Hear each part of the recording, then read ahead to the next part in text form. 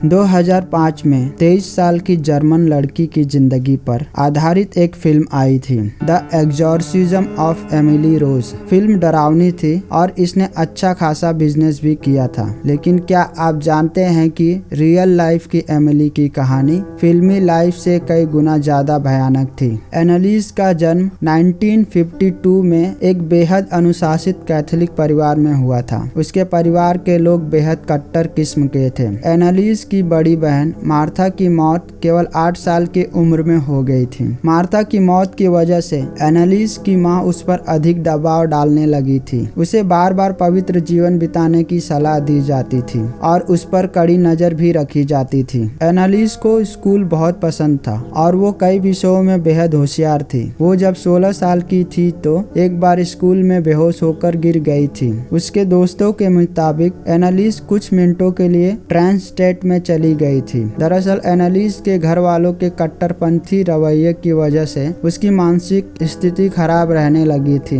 जिस दिन वो बेहोश हुई थी उस रात वो अपने शरीर में एक भारी फीलिंग के साथ उठी थी। एनालिस ने अगले दिन स्कूल न जाने का फैसला किया था। हालांकि कुछ दिनों के बाद सब कुछ सामान्य हो गया। इस घटना के 1 साल बाद ऐसी ही एक घटना हुई। एनालिस को डॉक्टर के पास ले जाया गया। हालांकि डॉक्टर के साथ साथ एक न्यूरोलॉजिस्ट का भी कहना था कि एनालिस के साथ कुछ भी समस्या नहीं है। हालांकि फरवरी 1970 में उसे टीबी के चलते अस्पताल में भर्ती करवाया गया। अस्पताल में रहने के दौरान उसके साथ तीसरी बार ऐसा हुआ। ये शायद पहला मौका था जब एनालिस के साथ चीजें कुछ ज्यादा भयानक हो रही थी। एनालिस का दावा था कि उसे रंग दिखाई दे रहे हैं, कई तरह की आवाजें आ रही हैं और वो बेहद दुखी महसूस कर रही थी। इस दौरान उसका मिर्गी का इलाज किया गया और अस्पताल से छुट्टी दे दी गई। मानसिक हालात दुरुस्त न होने के बाद भी एनालिस ने स्कूल पास किया और कॉलेज के लिए कदम बढ़ा लिए। वो एक टीचर बनना चाहती थी लेकिन उसकी मानसिक स्थिति बिगड़ रही थी। 1973 में एनालिस को प्रार्थना के दौरान हेलुसिनेशन होने लगा। उसे यकीन हो चला था कि कोई शैतान उसके शरीर में घुसा हुआ है।